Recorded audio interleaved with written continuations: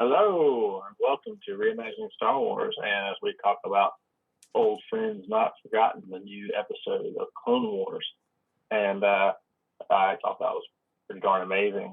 And so, Santa, introduce yourself and tell us what you thought too. This is Star Wars Santa, and we finally got to the arc that everybody's built up for, that started over a year ago with the announcement the Clone Wars was coming back, and we get into the Siege of Mandalore. Actually, they mentioned Siege in the episode, and it was one of those geek moments where you just smile like, "Ha ha! She said Siege." So I love the episode. I thought it was great, and we'll talk about this, but I think it's the start of a standalone movie. Really, I think it's a way of bookending the Clone Wars, where it started with a movie, and it's going to essentially end with a movie. Yeah, I think you're right on with that. I think we have gotten us a movie. It began with the classic Star Wars music. It did not begin with the normal Clone Wars intro. I just the beginning gave me kind of chills. Actually, it was almost like, oh, hey, wait a minute, I should be seeing this in the theater. Yeah, yeah, or just released as a movie on Disney Plus. Right. Right? Yeah. Yep. I think that if we watched it all in one set movie, 2 hours long, it would be amazing. I noticed this was longer than what the other ones have been too. Yeah, this was right at almost 30 minutes. Yep. Yeah, it was really good. It was a good setup. Good took us in to it. I enjoyed all the pieces that they set up. It was just, yeah, emotionally it was very satisfying. Oh, and we'll talk about this too. Emotionally, there were a couple of scenes in there that hit you right in the heart feels. Yeah. The first one comes fairly soon, with R2, and then it continues from there. Right. Yeah. So go ahead. Go ahead. No, go ahead. Yeah, I was going to just introduce, like, the movie starts with Grievous and the Separatists launching a major offensive in the Outer Rim, and they start on the planet of Yerbana, and Commander Cody and the 212th are getting run over, and they need reinforcements, and so the fleet runs out there, which, in the context of the show, appears to be a bit of a feint maneuver to draw forces away from Coruscant, and it works. It works very effectively.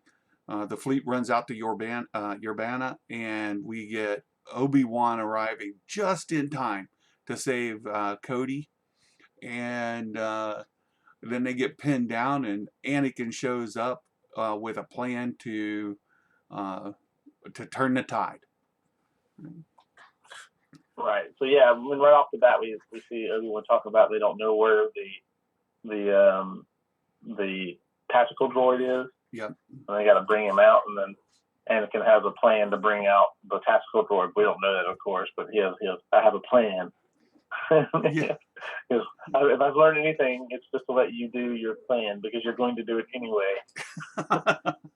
Yeah, you're going to do it anyway, so go ahead. Yeah. And I saw some reaction this morning of people talking about committing war crimes, like a fake surrender is considered a war crime. And there are other things that happen, and like breaking treaties and things that happen in this episode and also throughout the Clone Wars. But and we've kind of touched about it a couple of times, but the military tactics used in the Clone Wars are not always consistent with military tactics.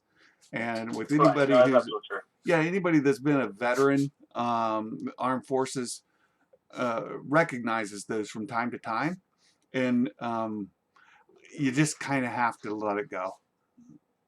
Right.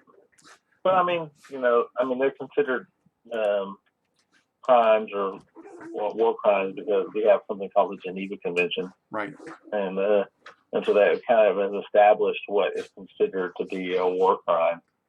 But it doesn't mean that's considered a war crime here. True. So, That's very true. Yeah. So, so Anakin's plan to pull out the command droid works. The guy steps up and he goes, "There you are," or "There he is," and he calls his battalion out that's been in hiding under the bridge there to come out, and right. The battle takes an entirely different direction as soon as that command droid's taken out, and Right. and they make quick work of it, and I thought it was interesting that the Jedi didn't have that much to do as in the actual fighting. I mean, Right. Obi-Wan did at first, with the lightsaber and protecting Cody, and then Anakin just briefly. But then the clones are the ones that actually turn the tide. Right. I did think it was funny when Anakin got there and he said, "Well, it's only like 1,000 droids. I mean, come on, it's not that much." Yeah, we've fought more than this. Come on now. Yeah, that was good. Well, the other thing that's interesting is the amount of confidence and power that Anakin seems to have at this point. He walks out there, no lightsabers, right? He's just walking straight down that bridge towards them, and they're missing him every which way. Right. The presumption there is that he's using the Force to control where those blasts are going even before, right? He definitely knew where they were going. It was really hilarious because when he's on top of it while he was, "Why are you sitting down there hiding?" Yeah. I don't know. And you see him move his head as the blaster shot goes by. Yeah. And he goes, turns his head, blaster shot goes by his ear, and he just continues his conversation as if nothing. Right. And it really showed that Anakin was fully aware of his surroundings. Yeah. The amount of control and power that he has at this point, at least the way that I interpreted it, was just way high. Because, like you said, he's standing on top of the rubble there, and they're shooting everywhere, and Obi-Wan's hunkered down behind. And the humor that's in that scene where Anakin is saying, should I come down there and hide with you, or can we go ahead and just take care of this? And you want to join me as I want to take care of the problem? Yeah. And then he just walks straight down that bridge with no fear at all. So I'm thinking, well, he's firmly in control of the situation, and then of course the droids play their part and wait, ceasefire, because they're confused, right? This isn't typical. So in any event, the clones take control of the battle, and Obi-Wan's and Cody looks at Obi-Wan, and Obi's like, "Okay, you can go have your fun," and Cody and his group just jump over the barrier and they join in the battle. It was great. It was really great. Yeah. So and then they get the call from Ahsoka, right? Well, they get the call from the ship saying that they've got a message from Fulcrum. That's right. Fulcrum was one of the things I thought was so. I was like, what? Yeah. Why are they using Fulcrum? Right. Because if it's Fulcrum and that's what her code name was in Rebels, wouldn't Vader completely know that? You would think, and also, he immediately thinks Saw Gerrera. Right. Right. He's like, "Oh, what's Saw Gerrera want?" No, it's not Saw Gerrera. So, so Anakin is associating Fulcrum with not with Ahsoka, but with Saw. No, absolutely right. So maybe there's some explanation there. But in any event, you go, "No, it's not Saw Gerrera. I think you need to come here. We can't talk about this on the comm." And they show up, and they're just completely in shock when they see Ahsoka on the holo Right. projection, right? Um, Completely wordless, like what? It was a Right. great moment. Um, and it was brought to my attention, like in the timeline, we're less than a week out from Anakin bending the knee, if you will, and Yep. taking the oath of the Sith Yep. to Sidious. So we're less than a week away from that, So and we're really close. we really Definitely. are. And here Anakin sees Ahsoka, and he's it's touching. Right. He's kind of giddy. He's like, she's back. She's back. Yeah, he's super excited to see her. Obi-Wan, Uh, not so much. Obi-Wan's like, is more hesitant. Um, right. so, Yeah. One yeah, of the things I thought was really interesting is how he's when he's walking down there talking about when they're getting ready to go meet us because she flies in after this conversation, and they agree to meet. And she arrives, and Anakin is talking to Obi-Wan, and he's like, now I understand why she had to leave. If she hadn't left, this wouldn't be happening. We wouldn't have this opportunity to take out Maul. So she needed to leave for this to happen. And so, like, he's trying to make sense of everything. It's clear he's trying to make sense yeah, of everything that has occurred. yeah. It's like things fall into place for a reason, right? Like there was a Right. purpose behind that. And Obi-Wan's not so sold on it. He's like, "Are you so sure?" He's like, "Well, sure, yeah." And so Ahsoka says, "Hey, Bo-Katan's here, and we found Maul, and we need to move quickly to capture him." And so they take the Night Owl's ship, and they arrive uh, on the destroyer that Anakin and Obi-Wan are on, and they come out to talk, and that's when the the back of the ship opens, and you see Ahsoka there, and it was an emotional moment, like, oh, there she is, and like in person, right? And Yep. R2 just immediately flies, takes off on his wheels. So he takes off and goes straight to her, and she reaches down and touches him. That was the first real Yep. emotional moment for me, where I had to choke back a little bit. I was like, "Oh, wow!" Like that was, you're seeing a reunion of friends, and Yeah. It was cool to see how it was really amazing how they were able to, in my mind, hold back or show that Anakin was really trying to hold back his excitement, like he wanted to run up and hug Ahsoka to have her back. I mean, that's right. the feeling I got from his animation. So I thought it was really good. I did too, and we see throughout this episode when Anakin's interacting with Ahsoka how much he truly cares for her. Like, Yeah. he had been storing her lightsabers, taking care of them, and even maintaining them, if you will, That's right. Improving them. in her absence. So Right. there was a plan. Like he had thought about her, and he'd spent a lot of time thinking about her. And when he sees her here, yeah, he's a bit giddy. Like he's very happy to see her. And again, he's less than a week away from becoming Darth Vader. Like Yeah. there's so many what ifs, right? There's so many what ifs. If Yeah. This is an all emotional response. It's completely. He's in a way a slave to his emotions at this point. yeah, yeah, which is contrary to Obi-Wan, because Ahsoka and Bo-Katan make their plea, like, we need reinforcements. We don't have enough for a siege, and that was where I was like, ha, she said a siege, right? Like, Right.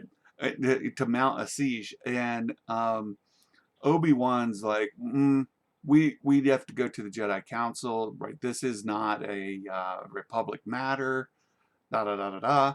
And Bo-Katan gets frustrated with him, like, I thought you cared more, right? So she plays to his emotional reaction. Like, I thought you cared more. I thought you cared about my sister more than this, right? Right. And he's like, um, I I do do, care, and I did. and I do, right? I Mhm. did, and I do, and but I can't let my emotions override, right? And so what you just said about Anakin, his emotions are completely guiding him, and Yeah. Obi-Wan is saying we have to use reason here, and so he goes back to talk to the Jedi Council, and that's when uh, Anakin takes Ahsoka for a walk, right? Right. They're walking down the hallway, and she's getting saluted. Um, you realize she's getting saluted, not Anakin. Um, Right. and he knows that, right? He keeps looking at her, and Right. she keeps looking back at him, like, "What's going on?" Um, and she realizes they were saluting her, and she said they shouldn't be doing that. And Right. he explains, "Well, look, this is a matter of respect, right? Um, it's a it's showing that the loyalty, right?" Right. And then the next, really huge emotional moment is when the doors open and she sees Rex and part of the 501st with their helmets painted, right? Right. That is a That really was interesting. They're all orange like her face. I was like, I never really thought her face was orange until this moment. yeah, yeah. They're they're painted with the pattern that's on her face. Yeah, it was really cool, um, and emotional as well. Like Rex, so we know that Rex ends up with Ahsoka at some point, right? When Order Right. 66 happens, right? Um, and Mm-hmm. here's where we see how that is going to happen. Obi-Wan is saying you can't do this, and well, particularly because during that reunion, all of a sudden sirens go off and the attack on Coruscant has begun, and that's Right. that's why I mentioned like this whole thing here on Urbana was a feint to get the fleet away from Coruscant. So while they're out Right. at the And they're outer, spread out all over. I mean, they said they spread the Jedi Masters to all over the outer rim. yeah, yeah, So, and they're which we later see in the movie as well, because they're on these different locations. right when Order 66 Revenge of the happens. Sith, yeah, when Yeah, Revenge of the Sith occurs, and Order 66 is put in effect. yeah, yeah. You got Yoda on Kashyyyk, and everybody spread out different planets, Right. different parts of the system. So yeah, they managed to pull the fleet away from Coruscant, and then they attacked. So the alarms go off. Ahsoka gives Obi-Wan the Jedi are serving political forces, not the Right. good. And she kind of unloads what she has learned. Um, Yeah. and and some of it from the previous arc, which I know big portion of the fans don't enjoy, the Ahsoka walkabout arc, but it comes into play with how she comes to where she is, and her Right. understanding of the Jedi and how the Jedi are perceived throughout the galaxy, and she unloads it there on Obi-Wan. Like, there's a reason Yeah. That people was love. really interesting. Yeah. Yeah. Politics. Just politics. Yeah, yeah. So Anakin comes up with a plan to promote Rex to commander, and then to send Ahsoka as an advisor. And Yeah. Obi-Wan accepts that, and that also comes into play when we get to Rebels because he's still captain in Rebels. So Right. apparently, it's a battlefield promotion that doesn't have Right. permanence, right? So we're going Right. to make you commander of this operation, but he's not getting a full military promotion. Right. So that's when the portion of the 501st go off. And it's a sizable group. I was Yep. I was kind of surprised at the number of people that went with Ahsoka and Bo-Katan, right? Yeah, I was actually surprised it wasn't more. Oh, really? Yeah. Yeah, like the whole 501st. Yeah, no, I mean, yeah, I didn't expect it to be the entire 501st, but I thought it'd be, if you're doing a siege of Mandalore, siege of a major city, it's not a small amount. Right. It just seemed like smaller than, visually to me, it seemed smaller than I thought it should be. Well, fair enough. Fair enough. So they at this point, then Obi-Wan and Anakin and the fleet are going to join the battle at Coruscant. So we Right. know where we are.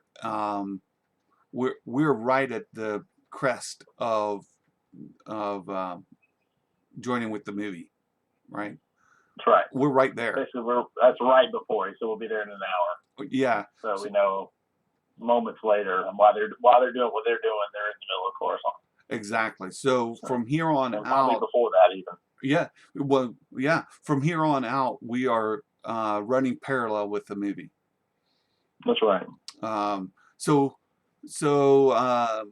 Ahsoka, the Night Owls, and the 501st begin their full-on siege. And Almec, right? He contacts and says, "You don't have authority for this kind of attack," right? And Bo-Katan's like calls him out and says, "We know you are a puppet of Maul, and I'm not going to stand for it, and we're coming." Right. And so, and he says, "You know the people will turn against you," and she goes, "I'm fully aware." Yeah, she's just ready to kick them out and take, you know, to her main goal is to get rid of Maul. Certainly, right. Getting rid of Almec there is part of that, but he's just an instrument, and she knows that Maul's the one that needs to be completely booted out. And so, Right. I thought the attack was the battle as they were approaching was fantastic. Right. I thought that was very cool too. The amount of energy that Ahsoka had, they said, "Well, we don't have a parachute for you." I don't need one. We'll race to the ground, and she just jumps, and she's using the Force to go from ship to ship, and she's a one-person wrecking ball, right? Yeah, she's doing great. Yeah, but we kind of expected it. Yeah, yeah. She is a Jedi. Well, that's true. That's true. And and she's highly motivated, right? She's not just casually going into this. She's going in with a great deal of energy. And Bo-Katan leads the Night Owls, and there's a full-on battle takes place on the way down. Ahsoka manages to save one of the pilots, and they land and they split up, right? Right. Bo-Katan says, "We're going to go to the palace, and we're going to take on Almec. You go find Maul." And so Ahsoka takes the portion of the 501st with her, and Bo-Katan takes the Mandalorian with her, with the Night Owls with her. And we see battle take place. The next one takes place there in the throne room, right? Right. And she makes quick work of it, right? Yeah, she does. It's excellent. And then that's where we find out that Ahsoka's heading down, and she talks to Captain Vaughn and the new battlefield promoted captain, and they head off down the pipe after Gar Saxon, which is a name you should remember from Rebels. Yeah, well, and they also tied in some from the comics as well. I saw a lot of that this morning. With Rook and all that. Yeah, they really did a nice job in this episode of tying pieces together. right? From Right, I agree. Rebels, from the comics, from everything, and there's some criticism, and maybe again it kind of depends on your view of all of this, but the Ahsoka novel plays things out a bit differently than what we're seeing here. Hmm. Some of the events don't play scene for scene at all, and even though they explained the lightsaber color change with Anakin saying he made improvements, um, Right. we still have issues with how the story is told, the Siege of Mandalore specifically in the Ahsoka novel versus what we're seeing here. They don't align. Um, for me, that's Yeah. I haven't caught anything that's specifically out of alignment. Maybe well, you can enlighten me on something. I don't. I yeah, mean, yeah. There's a it couple was of pretty things. vague in the Ahsoka novel. Well, I posted it on the Den of Nerds Discord this morning. There was in the novel when Anakin gives Ahsoka her lightsabers. He says, "Be careful, Ahsoka," before handing over the lightsabers. Maul is tricky, and he has no mercy in him at all. And she says, "I remember." Right. Um, Trying to scrape up some brashness that had earned her the nickname Snips. And she didn't think the effort was tremendously successful, but she smiled anyway. Then he says, "I know, but you know how I worry." She says, "What could happen?"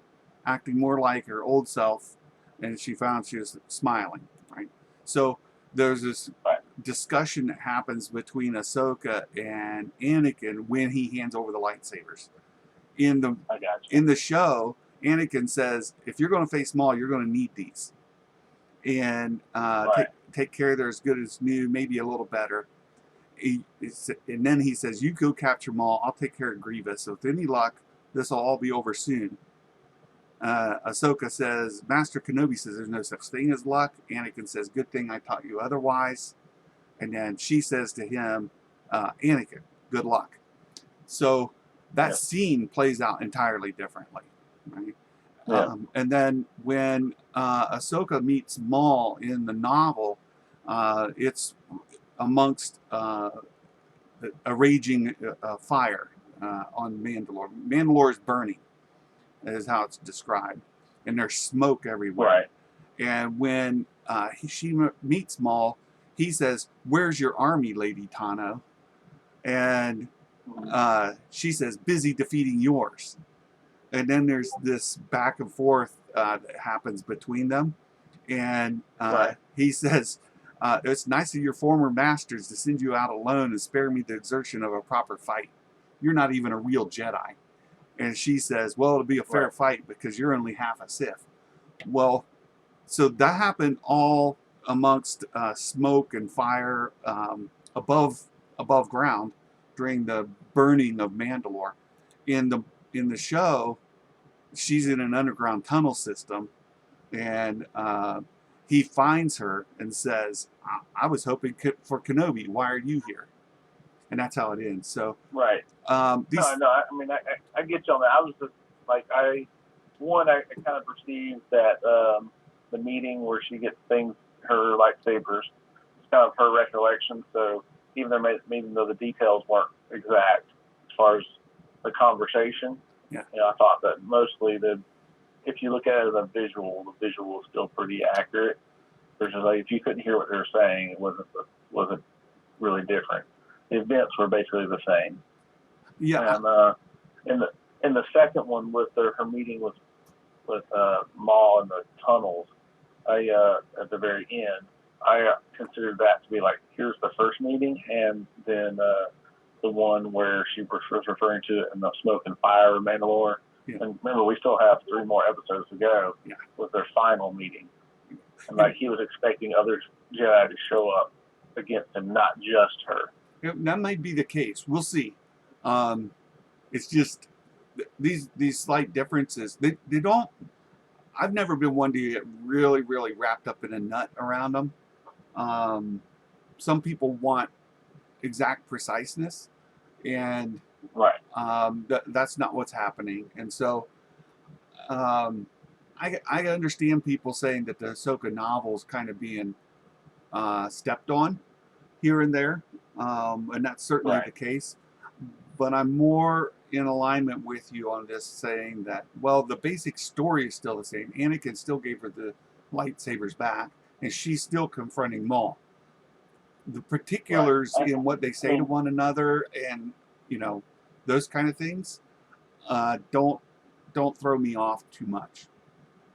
right. I think I just consider one recollection and one word observing. So this is the way I remember it. This is the way it happened.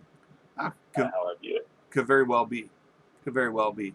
Um, yeah, so Bo-Katan figures out that Ahsoka's running into a trap. She tries to contact her. Well, because when she defeats Almec says, this is all going according to plan, basically, except you're the wrong Mm-hmm. Jedi.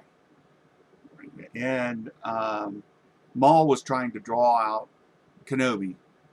And when we rejoin Ahsoka underground in the tunnels, she is ambushed. Her troops are decimated.